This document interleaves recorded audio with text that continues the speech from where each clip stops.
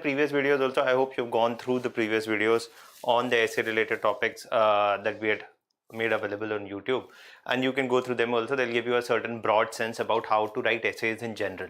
Now today what we're going to do is largely specifically talk about essay writing primarily from the point of view of ethics related topics. Now why I'm saying ethics related topics, because if you see, we have done a brief analysis of the previous year's papers as well. Increasingly in either section A or section B of the ethics paper of your essay paper, there are 4 or 5 of topics options which are given to you which are related to the ethics topics. And so in short, there is literally no way today of avoiding writing an essay on an ethics topic. Okay, so in short, just a second, no way today. You can post your questions also, and I'll try to answer them as well, so I can see them, your questions as well. Now what are the certain, now what I'll do is today is very briefly is to talk to you about, say, one topic, as to give you a practical guide as to how to write an essay topic related to ethics. For example, there was this, I think in 2018, this was a topic: need brings greed, if greed increases it spoils breed. Now there are a certain, before I even talk about this topic, before I talk about this topic, it would be useful first for you to keep certain points in mind about what I had said in the previous videos about choosing a topic. Even while choosing a topic, and the fact that increasingly you have to write at least one of the 2 essays in your paper on an ethics related topic, choosing a topic itself on an ethical issue becomes very important. Now, one of the big problems in writing an ethics related essay is that there is always a possibility, of misinterpretation of the topic itself. Now, misinterpretation of the topic primarily because of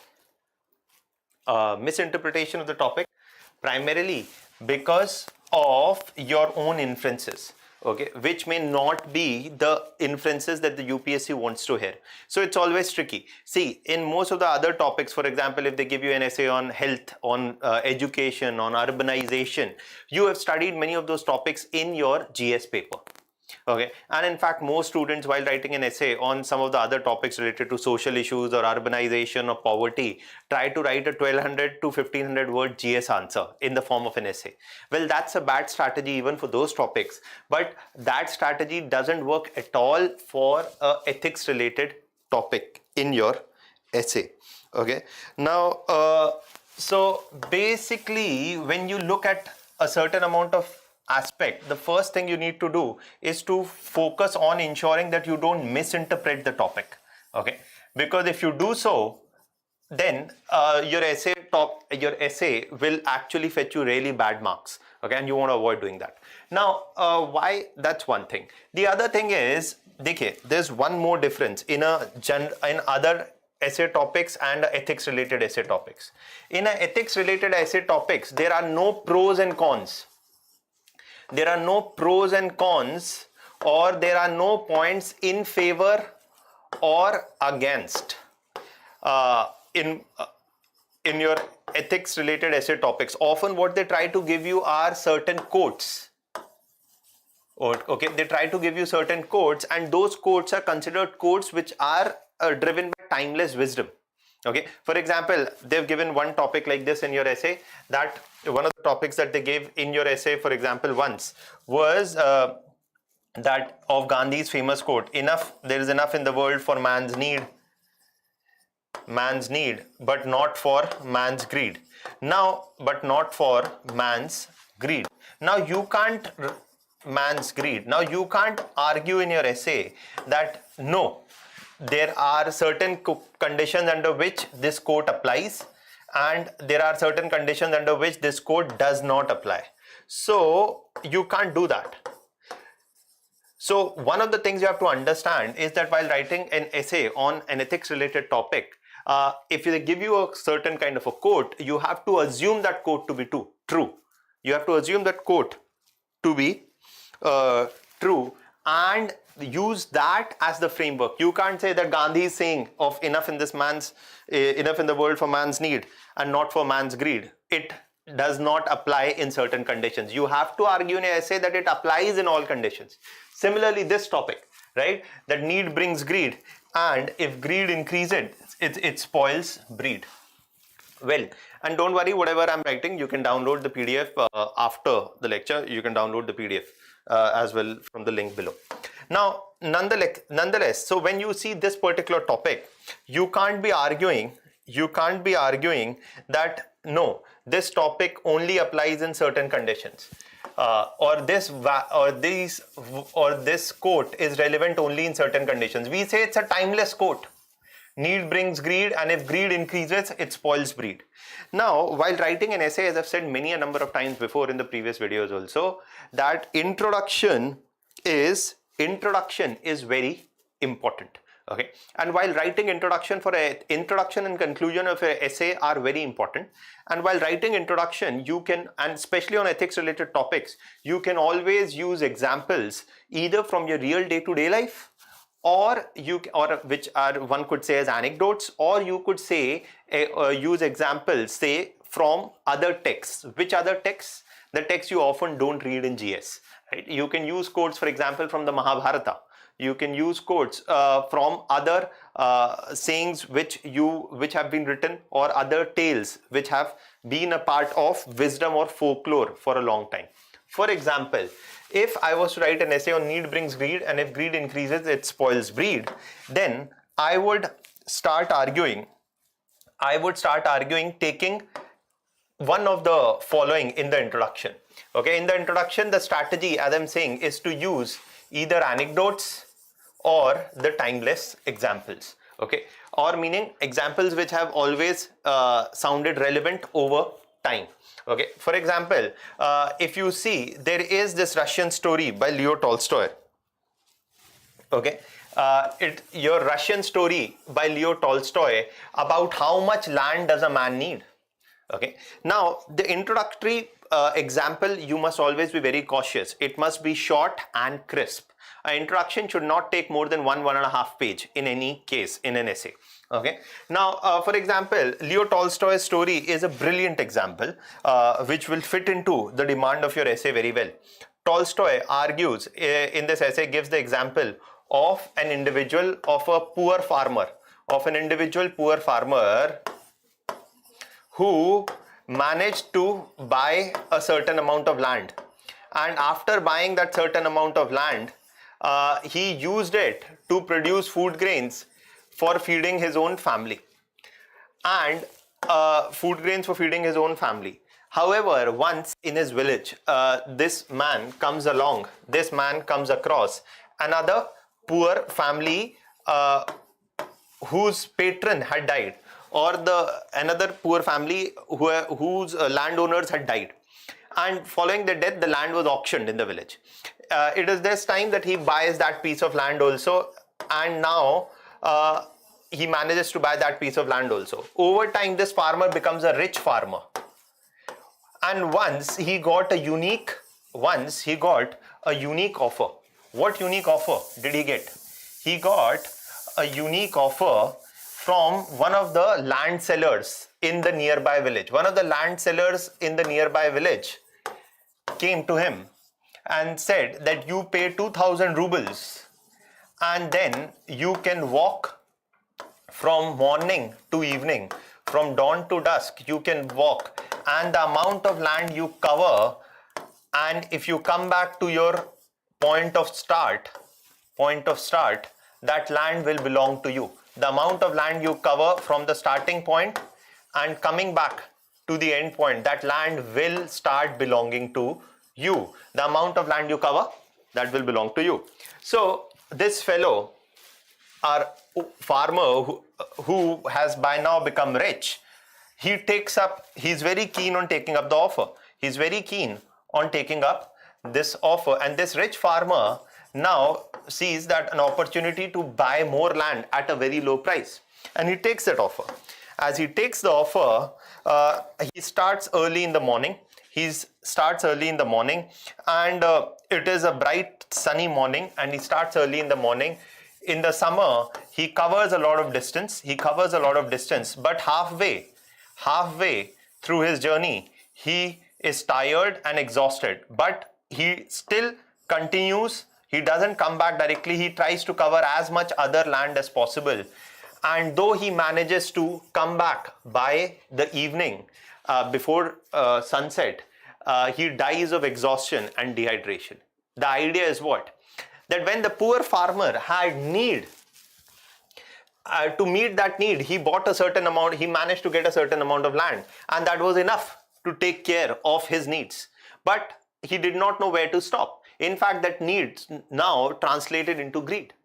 And that greed meant what?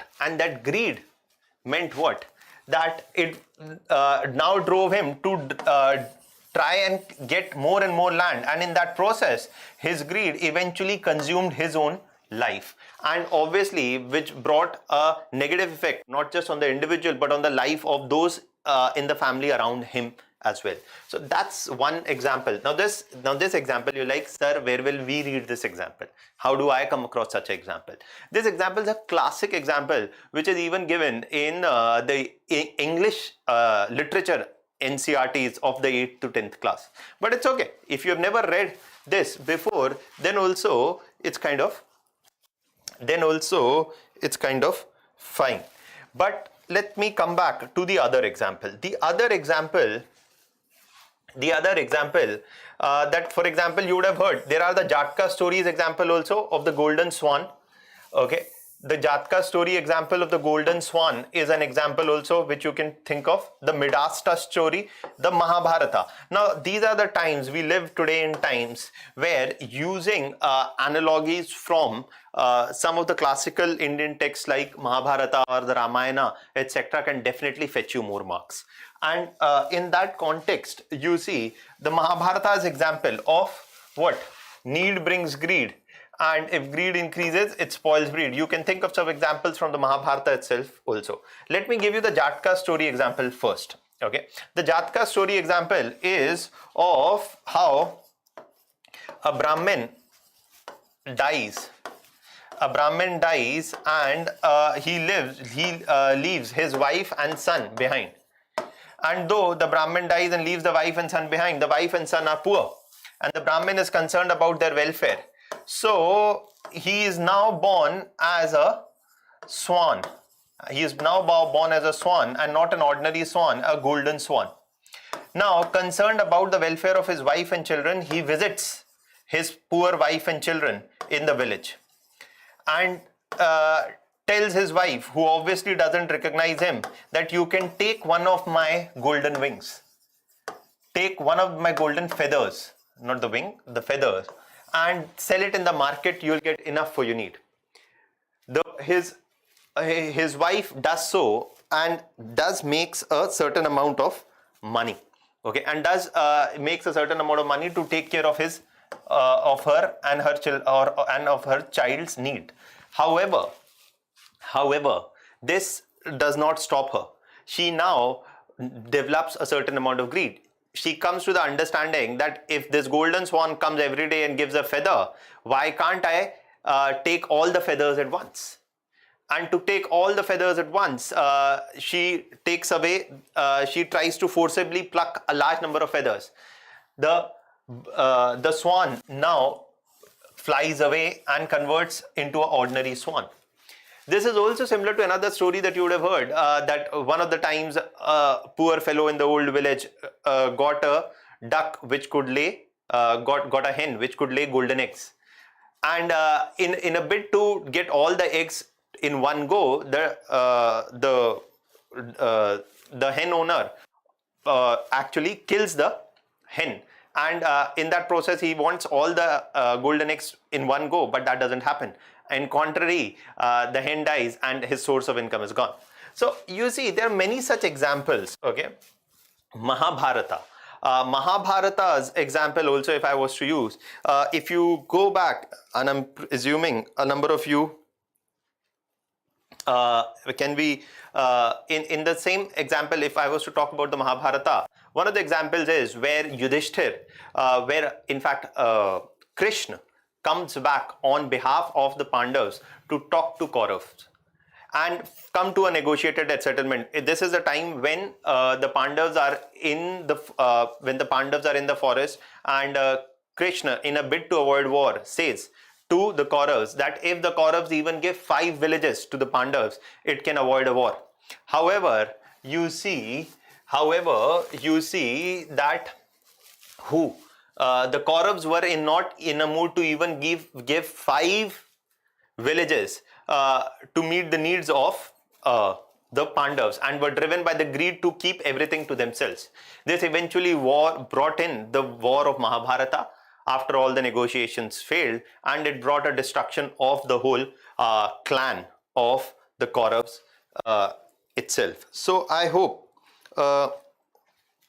this point is clear. So what I'm trying to tell you is that the introduction can be always using a example, something that fits the need of what? The essay. Okay, and the example must be something that resonates with the topic closely. Don't try to pick up any example and fit it half-heartedly. Okay, it will backfire. So try to fit an example which meets exactly the relevance of the topic. Okay, and for this there is a certain amount of reading that you will have to do. Now the next is, suppose this is the topic. So then when we come to the body, as I've said in previous videos also, that arriving at the thesis questions is pretty important, or the thesis questions become very important. And when you talk about these thesis questions, there are 2 parts. For example, in this topic I could break the thesis questions into 2 parts. One is the elaboration of the thesis statement, and for ethics related topics you can always elaborate the thesis statement first, and second on what can be done. These are the 2 broad aspects. First, on elaborating on the statement itself.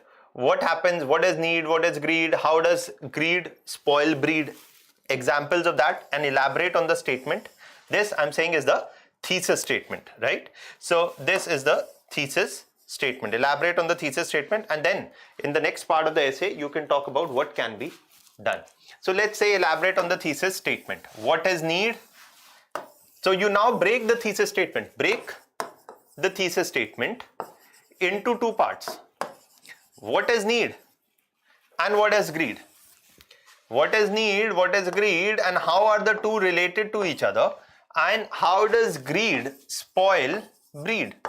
That will be the 3rd part of this thesis statement. So you elaborate on each of them. You first say and try to define in your essay what is need, and I could come up with my own simplistic understanding to say that the availability of sufficient resources at one's disposal to realize their potential is what is need. We all have a need for food, for water, for education, for healthcare, all the kinds of basic facilities that every individual must have, so that they are not deprived of their freedom, so that they can realize their dreams, their hopes, their aspirations. That is the minimum amount that must be at least available to everyone, and that is need. And everybody's need must be met. Need and necessity, in fact, we can say, are the drivers of societal progress. It is the need for food, to feed food for all, that, for example, could have was behind driving the what? The Green Revolution. So what I'm trying to say is, I'm just giving one example. What I'm saying is need and necessity are the drivers of human progress, are the drivers of societal change. But often, very wrongly, people confuse need with greed, and in fact feel that greed itself is need. But in your essay, you must clearly define what is greed as well also. When one tries to accumulate more than one needs, that is greed, right? And you could say, so what's the big deal about saying this? That, what when one tries to accumulate more than they need. You need to substantiate that with a more defined understanding. That when one tries to accumulate more than they need, then they end up trying to maximize their gains at the cost of others. So for example, if an individual needs to go from A to B, and they may and they need to take a flight journey, and they may buy a ticket for that purpose. But that is driven by need, as they need to quickly go from A to B. But what would be greed? I want to go from A to B, not just in any flight, but in my own private jet.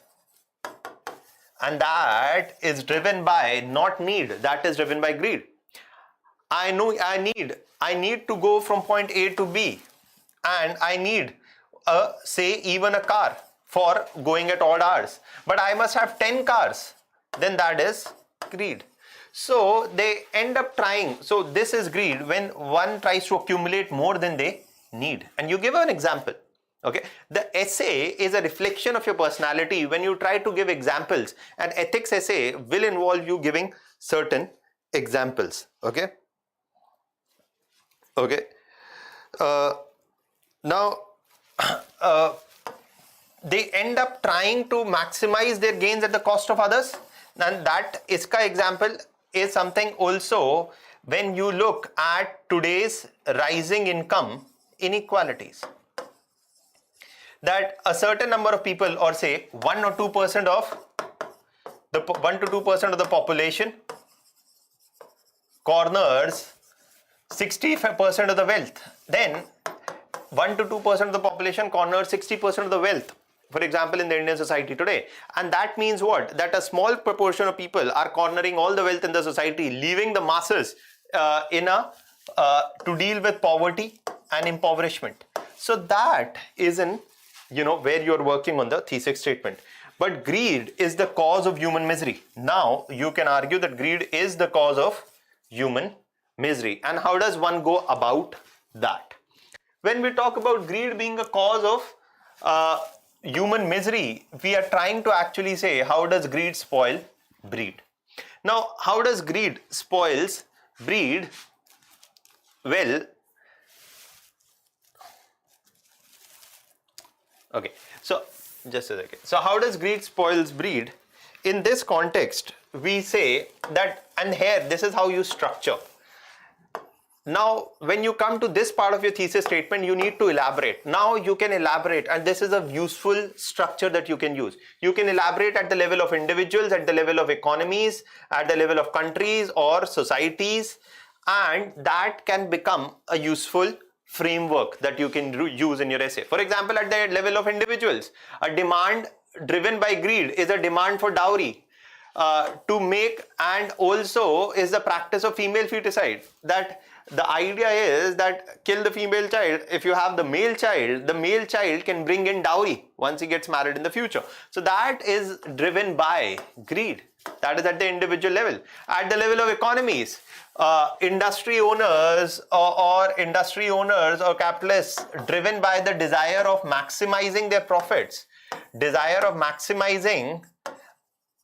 their profits can exploit the workers by giving low wages or unsafe work environment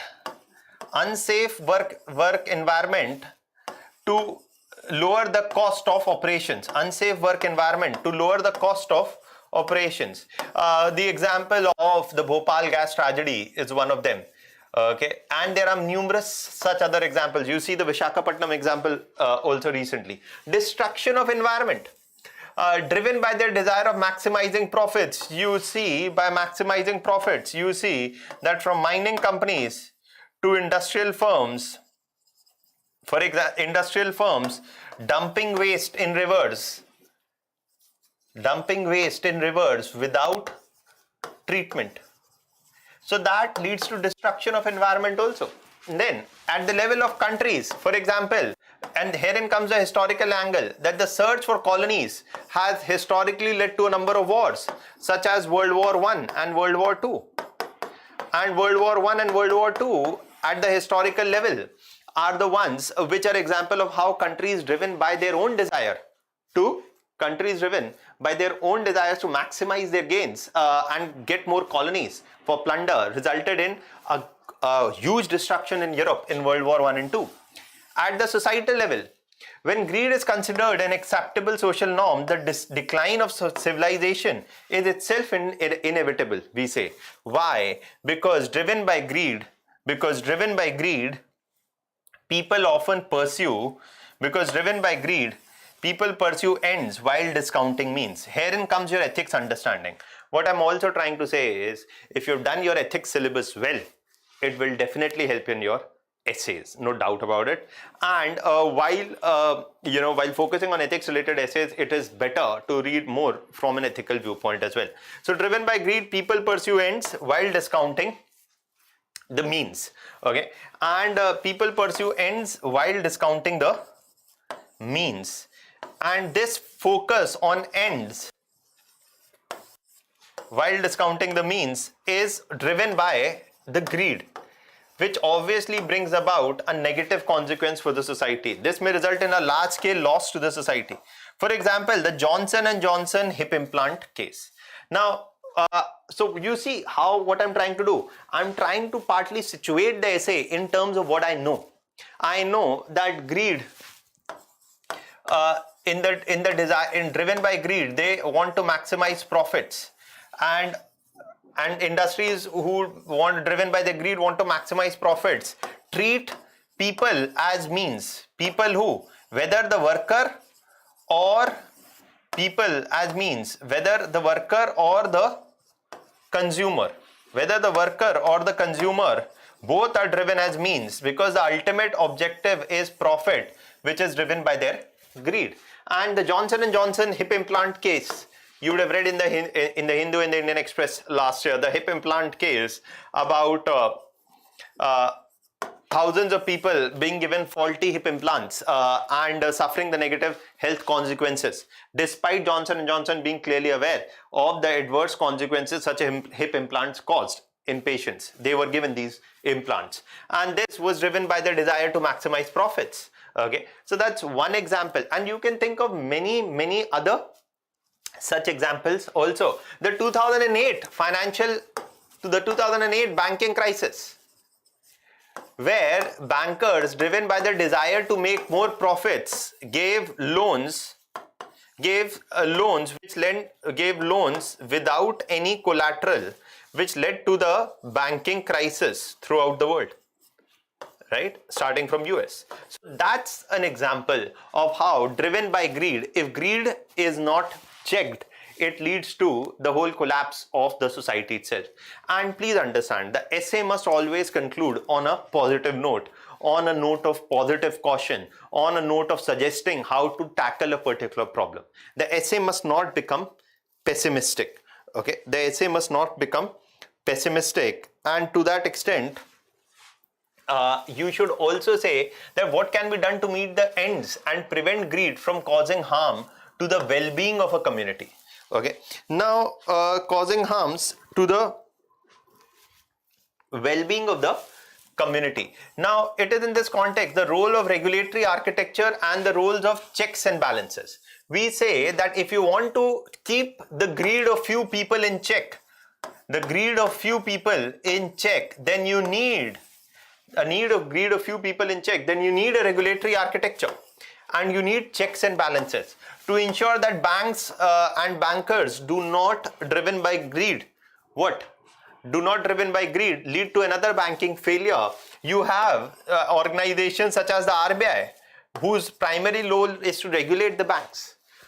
Driven by the whole idea of checks and balances, you also have, for example, to ensure that companies do not harm the environment. You have the idea that companies need to obtain environmental clearances, and the checks and balances aspect is especially important, because without checks and balances, the greed of few can harm a large number of people. And it is in this context, you see, so if I was taking the examples I take, the same examples I try to address in what can be done. The examples of greed that I take, the same examples I must take in what can be done. For example, for ensuring checks and balances, say in that drugs or medicines are approved only with proper clearance, only with proper testing or clearance. You have organizations like the Central Drug Statistical and Control Organization as well. or the CDS scope. Now what I'm trying to say is that there is a strong rules of checks and balances, and which also have to be in place, and that is what you need. So it is in this context the essay must also suggest a certain form of way forward also.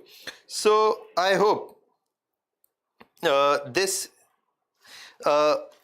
be there. Now can you, for example, let me now just go through, I hope you've kind of gone through this much. Now okay, let's one of the things, now let me just go through your questions. Now let me just go through your questions. How to develop, and Dilip is saying, asking how to develop a holistic picture, etc. And I want to see, I'm saying one of the things, anyways, whether it's on an ethics related essay topic or any other topic, if you want, Dilip or others want to write a good essay, it involves you to have a good knowledge of your polity, history, geography and economy. Okay, without that it would be difficult. Okay, and thus you have to understand that essay builds on the knowledge that you have accumulated in other subjects. Okay, that is a first basic prerequisite. Okay, now the next thing is, can the example, Radhika is asking, can the example of Marx or Gandhi be used instead? Yes, I mean, you can always use the example of what Gandhi has argued or what others have argued, and the quotes of them also. And yes, there is a role of quotes as well, and the sayings of Gandhi. In fact, Gandhi is one of the most important and most often quoted example, whether in your ethics paper or in your essay paper. So yes, you can do that as well. Okay, now then I can only respond to questions once I have told you something, right? The whole point of you, I think UPSC CSE guide, the whole point of you posting questions is that when I explain once what I have done, then I can take your questions. I can't explain and take questions at the same time, right? So that's the whole point of having the live session. Now, desires are responsible for misery, Buddha. Exactly, that's what I'm trying to say. Vipin is saying, and that is what I'm trying to say, that you can use quotes from every places, from the Jhatka stories to the timeless fables to the Mahabharata to what Buddha has said. Definitely, it can be brought into the whole essay itself. Okay, so that is something that I'm trying to say, that writing the whole essay itself is an exercise which needs you to go through multiple aspects, and what you need to figure out is firstly that the ethics related essays involve you to start elaborating. There are certain basic prerequisites that you should keep in mind. One of the things also is which books, if you could read for your ethics related essay topics coverage, it would be useful.